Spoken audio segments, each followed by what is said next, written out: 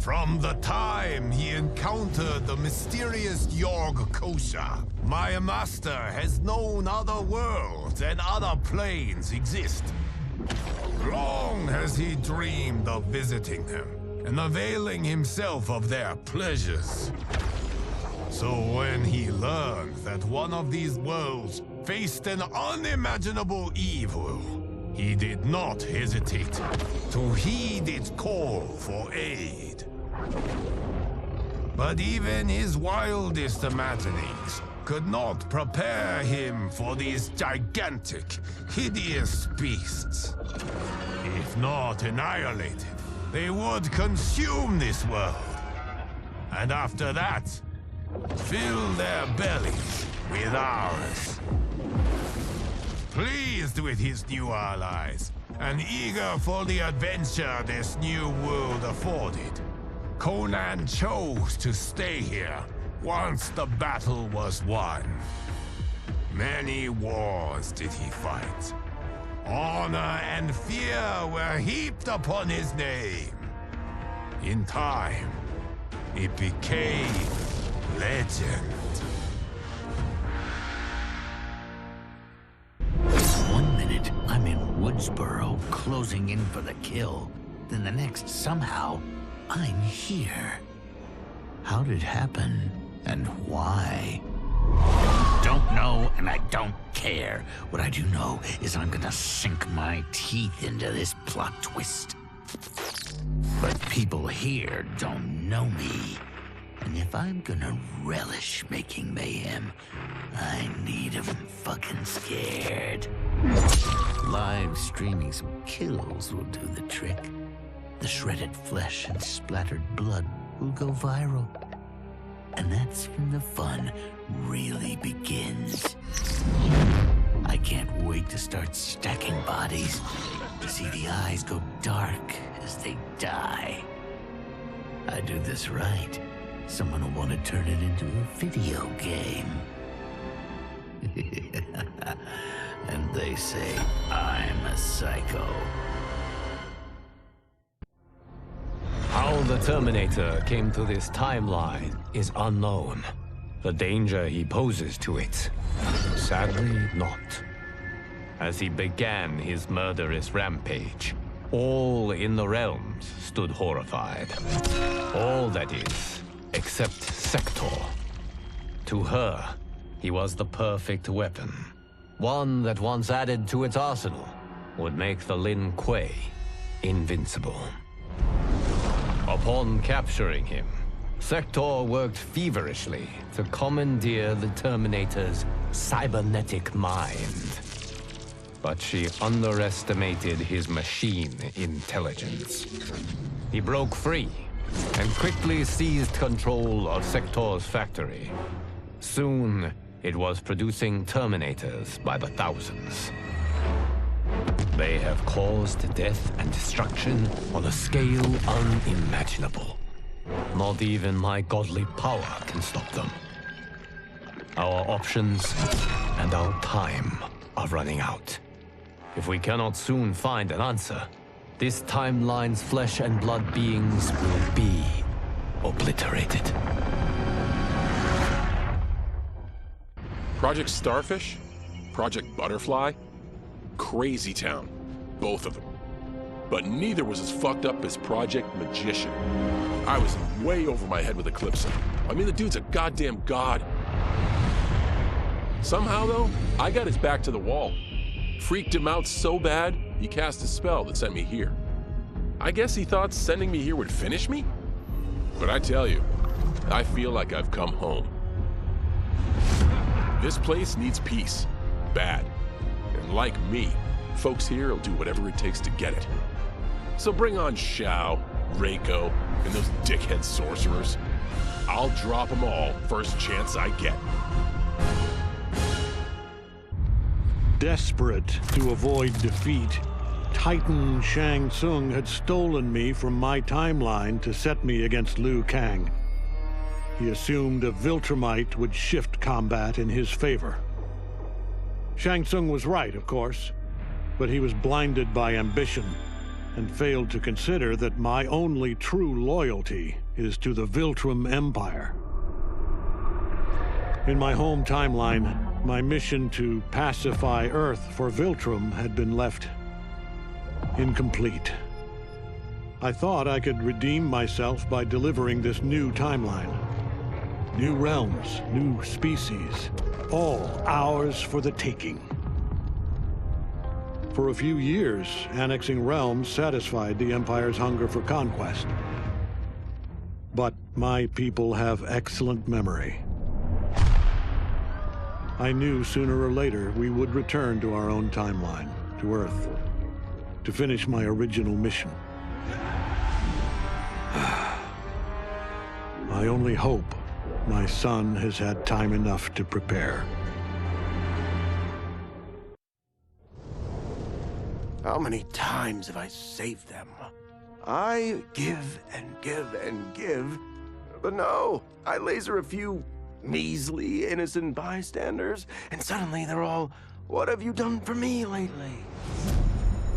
I guess they forgot there's only one true justice in this world. Me.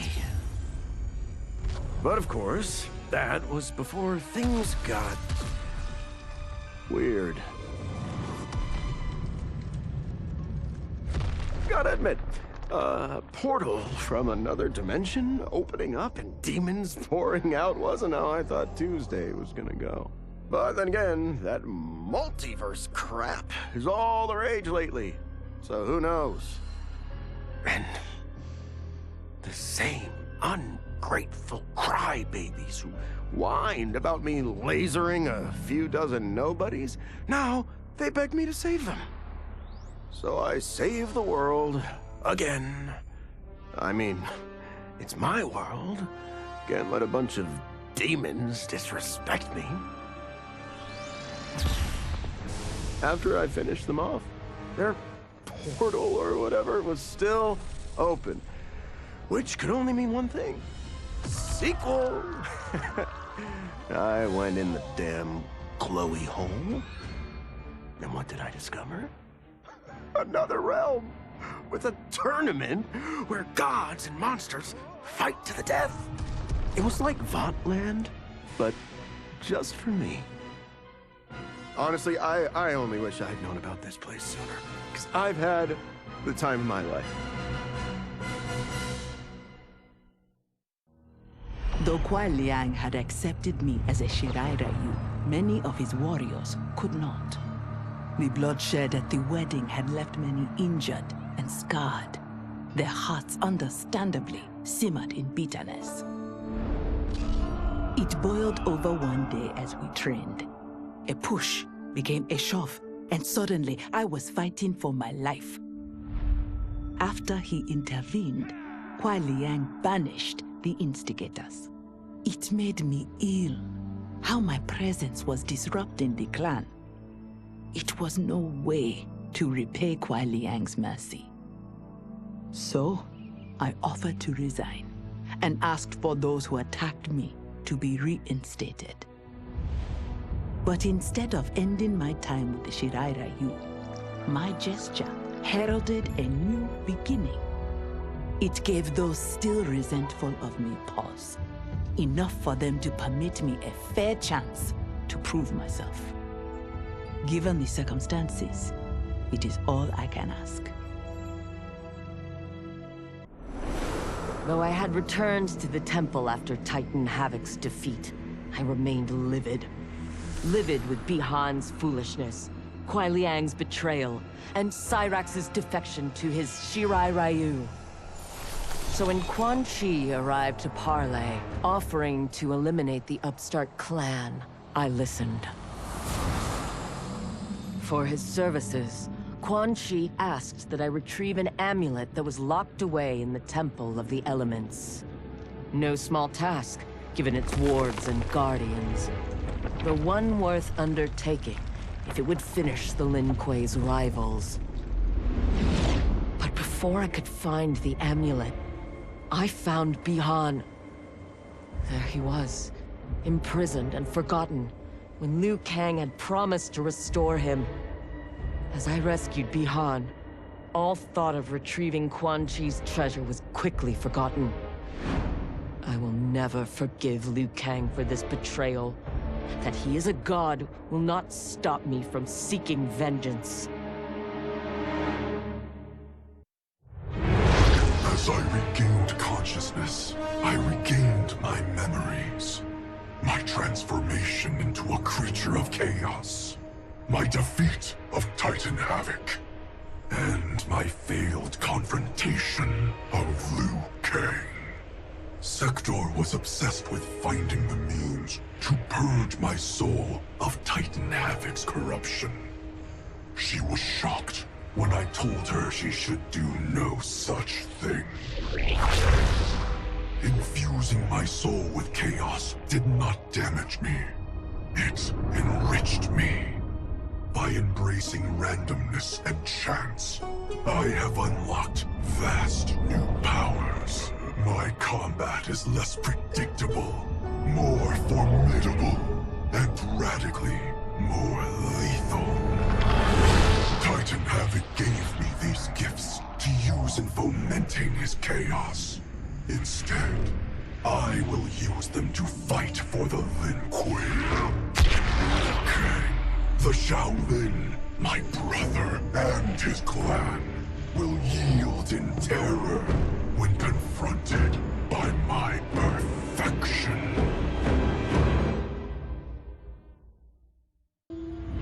To kill a snake, you cut off its head.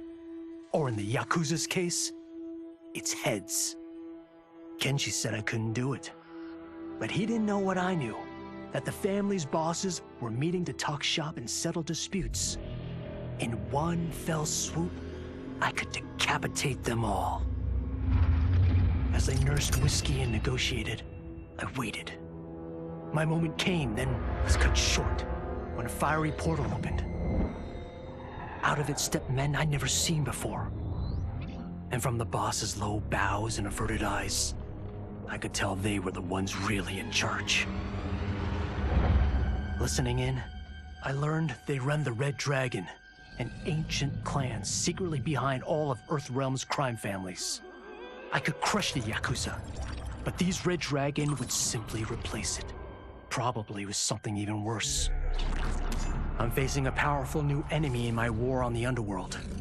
One I never saw coming. And I've got to finish them, or die trying.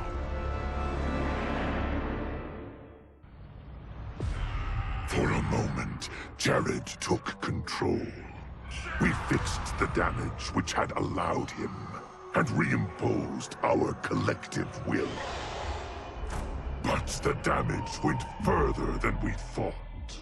Without Quan Chi's aid, the spell which birthed us would fail. All of our souls would die. We freed the sorcerer from captivity.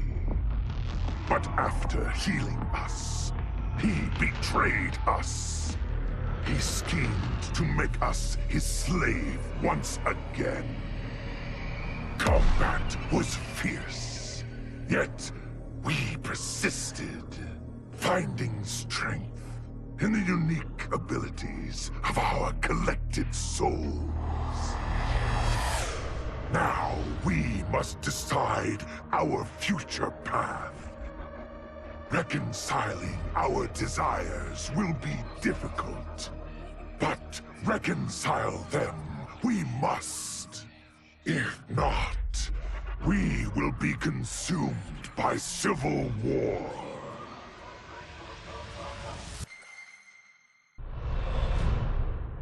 Though Ermac had freed me from my Legion cell, I found myself no less imprisoned. I had no allies, no benefactor, and no obvious path back to power. And power is what I crave. But why should I settle for the scant abilities of someone who is an underling sorcerer? I should be the one who controls history, who bends people and events to my whim.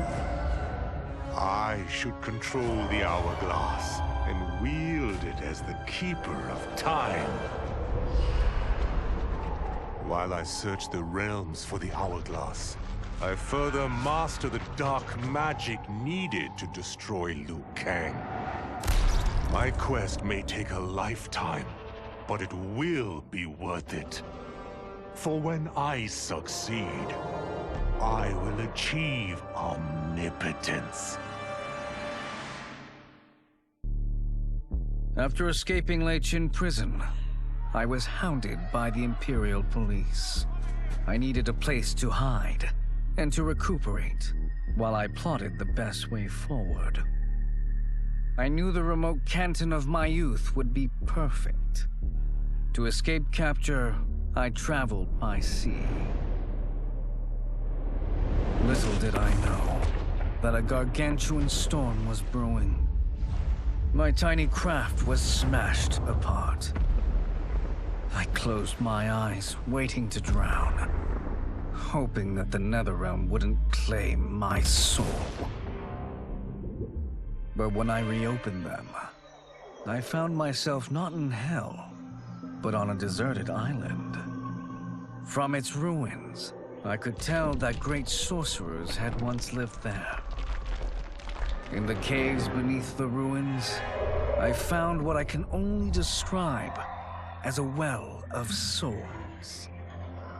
Once I learn how to wield its power, I will become invincible. With General Shao freed from prison, we began raising a new army against the royal family. Though many were eager recruits, few were good at soldiering. It was so bad, the general was forced to change tactics. He decided that we needed a doomsday weapon. That weapon isn't a thing, though. It is a monster. Onaga, the Dragon King. The general told me the old legends were true. That his ancient ancestor defeated Onaga, trapping him deep inside Mount Sagan. The Dragon King is still there today. His pent-up fury waiting to be unleashed. Because Onaga is so dangerous, the general wouldn't risk trying to tame him before. But now, he feels we have no choice. Though I likely won't survive, I accept this mission gladly. I can think of no greater honor than to give my life in the general's service. The battle had been lost, but the war isn't over. I won't stop fighting until I take Outworld's throne. That they thought Lei Chin prison would hold me is laughable.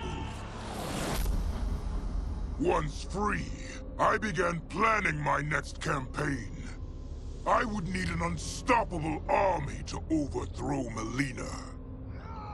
Unfortunately, most of my former soldiers lacked the courage to rally to my standard. Rebuilding my army would require finding new recruits. And that task is proving easier than expected. Outworld's golden age has left more than a few behind.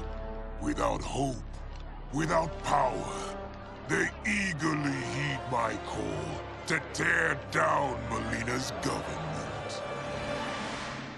After fleeing Outworld, I hadn't expected to return.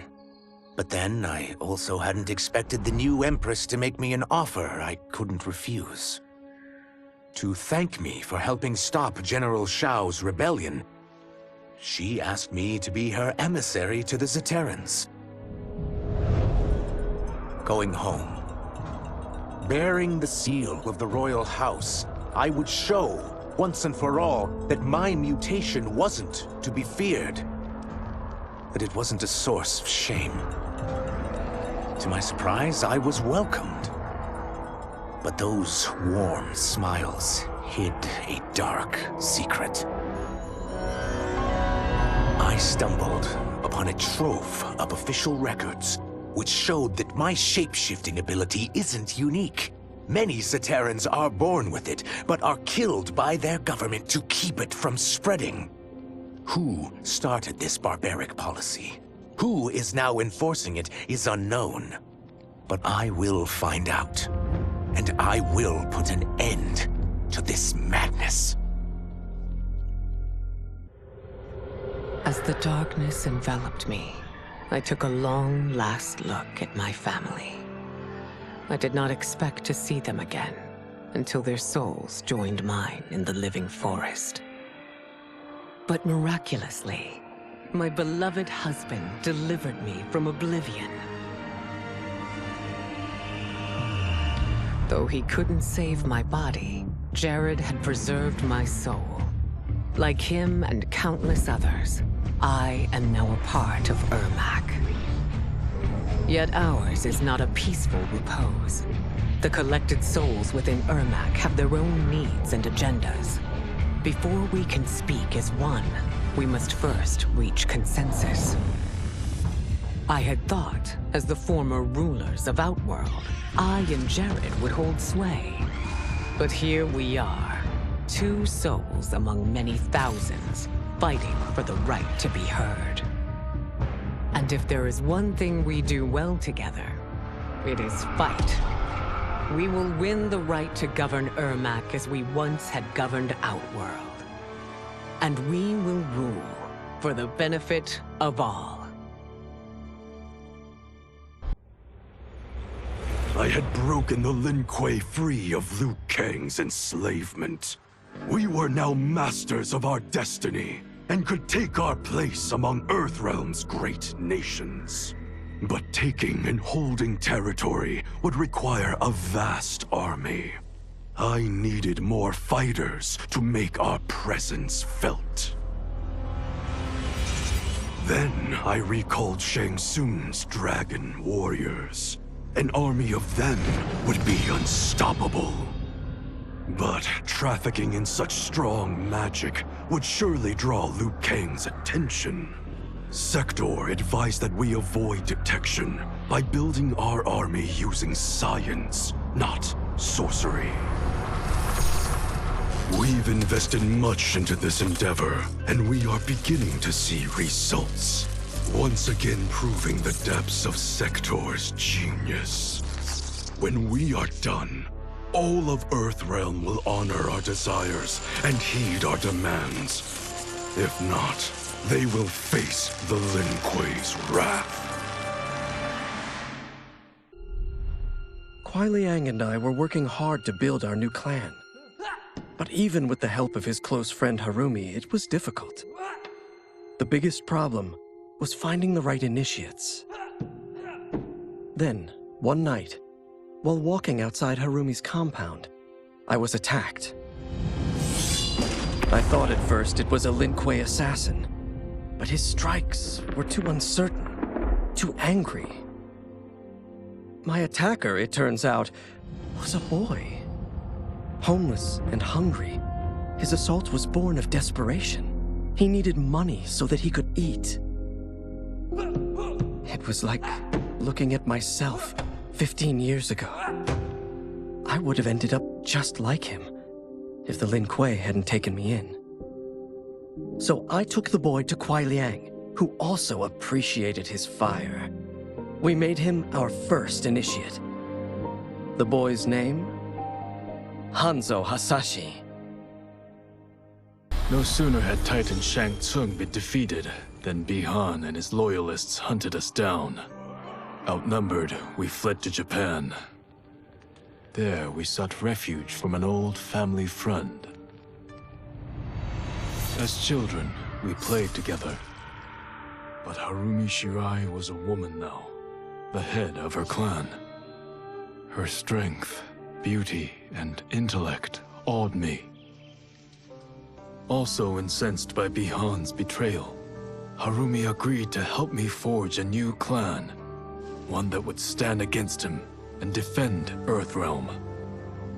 Her aid proved invaluable, and as time went on, we grew closer. To honor Harumi and pay respects to my new bride, I named the clan after her, calling it the Shirai Ryu. Now the battle against my brother begins in earnest. The Shirai Ryu won't rest until Bihan is defeated and the Lin Kuei's honor restored. Though the barriers between timelines had been rebuilt, there was no question that they could again be broken. Protecting this timeline would require eternal vigilance, so that it could not fall victim to further outside aggression.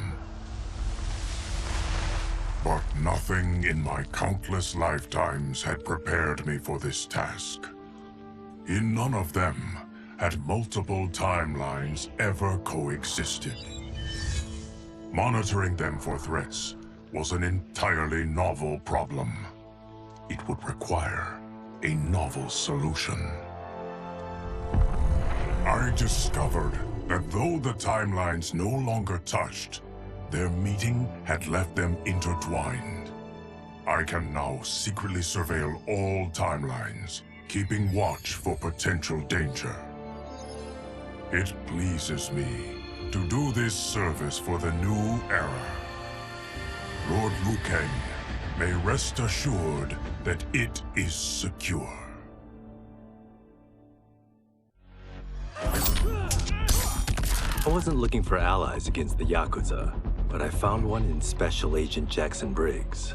He'd heard gangsters plotting to kill me on a wiretap and came calling, hoping I'd be his informant. We planned to part ways when we got the job done, but then Shang Tsung showed up to steal Sento. Needless to say, Jackson had questions. It blew his mind to hear that the stories in Johnny's movies were real.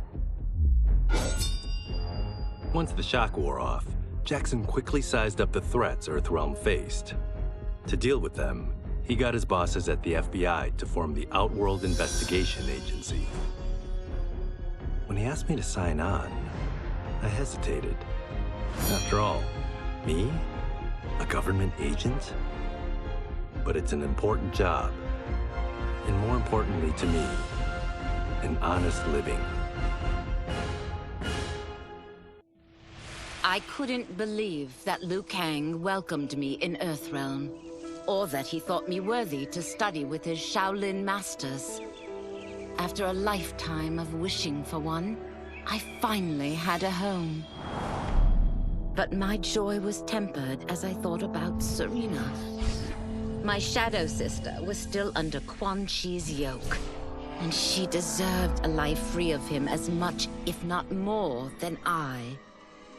Quan Chi and my other sisters proved tenacious, but they were no match for my blade. I snatched Serena from them. Then Liu Kang helped me break Quan Chi's spell. Her mind free of his influence for the first time in years, Serena chose to join me in Earthrealm. My sister and I once again fight side by side. Only now we do so for Earthrealm. Together, we have formed the Order of Light. While the regime had changed, little else had. My people still suffered in silence, ignored by the rest of Outworld. Though now I knew Empress Mileena's secret, that she was also afflicted with Tarkat. If anyone would help, it would be her. But how to get an audience? Cyzoth. He was the Empress's new emissary to the Zaterans. I asked him to introduce us. At great personal risk, he agreed. And as I'd prayed, the Empress was willing to meet. Even better, she would visit the colony. She was shocked to see how we lived. She moved quickly to provide for our care and comfort. Thanks to the Empress and Cyzoth, we Tarkatans are no longer pariahs. until our disease can be cured. That will do. Until recently, I hadn't met Li Mei, but I had heard the stories. How the Umgadi's matron superior blamed her for not preventing Emperor Jared's murder. How she quit in disgrace rather than accept punishment. But those stories didn't fit the woman I now knew. Li Mei would never have been so negligent. Eventually, I uncovered the truth. The failures and mistakes which led to the Emperor's murder, they resulted from poor decisions made by the matron superior themselves. They made Li Mei their scapegoat. When the Empress found out, she wanted the Umgadi disbanded. But I convinced her that it could be reformed. To make sure it did, she put me in charge. I am humbled by this sacred responsibility. The Umgadi, my sisters, they are my life. I will not let them be brought down by the acts of a selfish few. General Shao's revolt left Outworld's armies in tatters. We were vulnerable to enemies both foreign and domestic. That's why my sister asked me to take command, to stitch her military back together and purge Shao's loyalists within it. She trusted only me with the task. The soldiers, however, had little faith. They thought me a spoiled dilettante, unprepared and unfit to serve. That I could fight mattered little. All that mattered was that I wasn't one of them. I finally earned their loyalty by orchestrating an epic victory over Shao and his rebels. Though the general himself escaped, his forces were smashed. For as long as I am able, I will lead the Empress's armies in defense of Outworld. Through strength, we will achieve peace. My loyal partner had warned me. Reclaiming my power as Keeper of Time might have unforeseen consequences. In this, as in most things, he proved prescient. The process I had undergone did irreparable harm to my body. Taking back my power had cost me my immortality. While my lifespan would still stretch across eons, I would one day perish. And if the war with Titan Shang Tsung taught me anything, it is that this timeline is not safe without a protector. Yet I had never given thought to choosing a successor. Who is it that could replace me and protect my new era? The answer, of course, is Geras. Tireless and meticulous, he is perfectly suited to be entrusted with this grave duty. And no one knows better the temptations of the hourglass. I have no doubt he will be above them. Since this whole thing kicked off, I'd wondered why Liu Kang chose me to be a champion. I mean, sure, I was killing it as a martial arts star, but it's one thing when it's all for show. It's different when you're playing for keeps.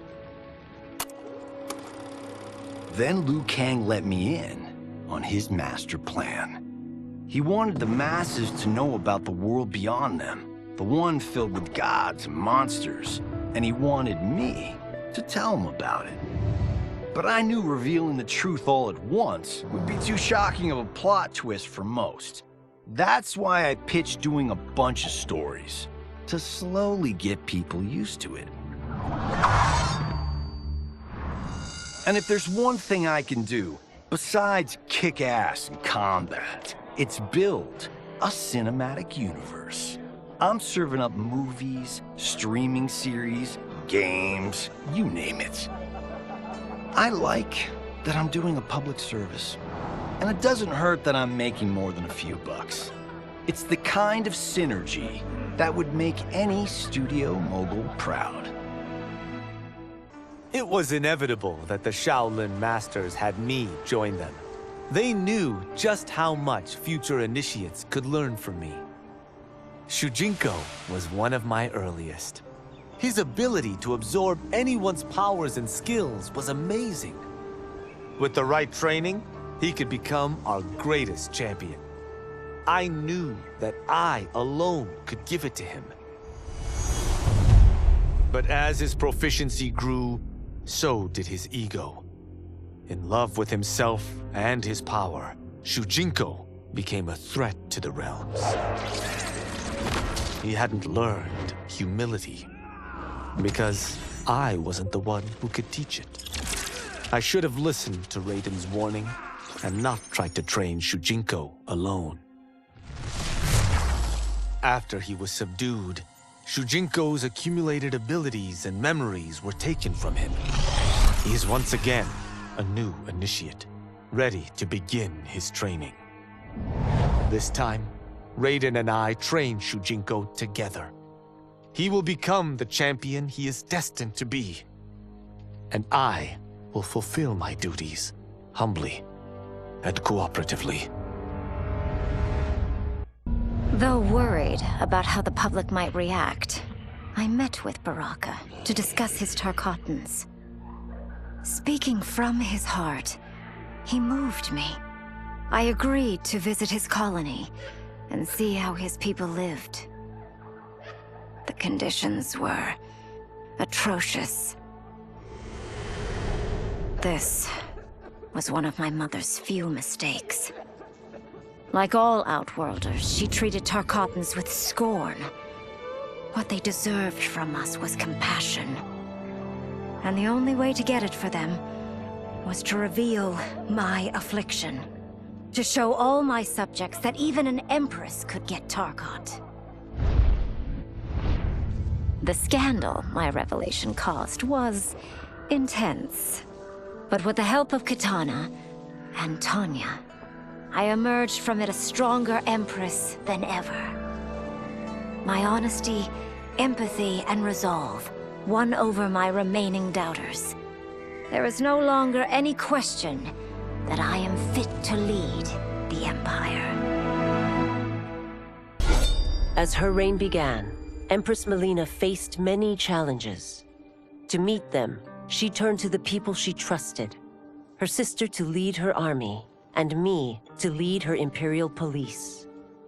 Though I missed Empress Sindel dearly, I was glad my ties with her family had been mended. But while it was an honor to be made responsible for Outworld's internal security, I soon realized accepting the appointment was a mistake. I'm not cut out to be a bureaucrat, nor am I patient enough to navigate the Imperial Court's politics. I was at my best patrolling Sundo's streets, when I could feel the city's pulse and serve and protect its citizens directly. That's why I resigned my post and resumed my role as Sundo's first constable. I end each day knowing I've made a difference. Quan Chi's plot collapsed. Along with it, my plan to secure new beings to feed my starving people. Because I'd advocated for partnering with him, I was held responsible. If I didn't seize for Viternus' new feeding grounds, the Coven would banish me. But then, I had a revelation. I didn't need to conquer realms to feed my people. I simply needed to capture enough beings to breed them. Once they multiply, Viternus will have a limitless, renewable source of food. And I only need a few thousand to start. A number so small compared to the billions in the realms that no one will notice as people go missing. But it will be more than enough to establish our breeding stock and feed a ravenous Viternus. To elude capture by Empress Mileena, I joined Havik's crusade in Saido. There, I summoned more magic than I thought possible, and drowned out the old regime. Havik's longed-for anarchy had been achieved. He was more than satisfied. But I was left empty and broken. Had I been satisfied as Outworld's High Mage, not let myself be tempted by Shang Tsung, a great city would not now lay in ruins. I've caused devastation, ended thousands of lives, all because of my blind ambition. I've betrayed my oath, my sovereign, and my realm. These high crimes merit punishment, and I'll accept whatever the Empress gives me. My only ambition now is to one day be forgiven. Quan Chi's defeat had cost me everything. For months I had furthered his plot, and now I had to start over. Saito's people were still in chains. That's when Rain approached me. On the run from Empress Mileena, he was desperate for help. And though I'd had my fill of sorcerers, this one was different. I agreed to provide him safe haven. He agreed to help topple Saito's government. And topple it we did. Rain summoned a wave so fast, so powerful, that it crushed the capital. Saito's fascist rulers were swept away. My people are finally free. They can chart their own course, needing only to follow their own desires. Their lives are now blessed by anarchy.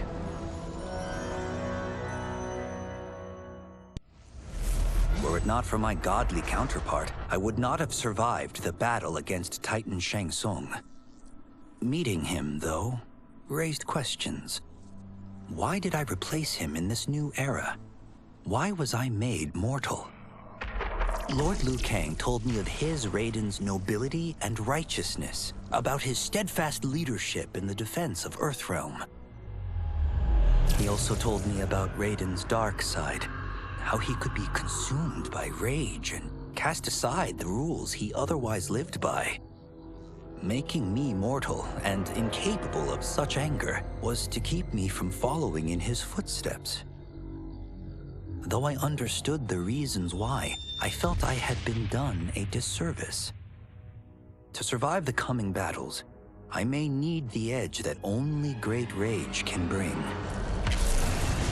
As the Shaolin couldn't aid me, I sought out someone who could. Someone to stoke the fire within me and teach me to master it. For this, I could have no better teacher than the Shirai Ryu's Grand Master.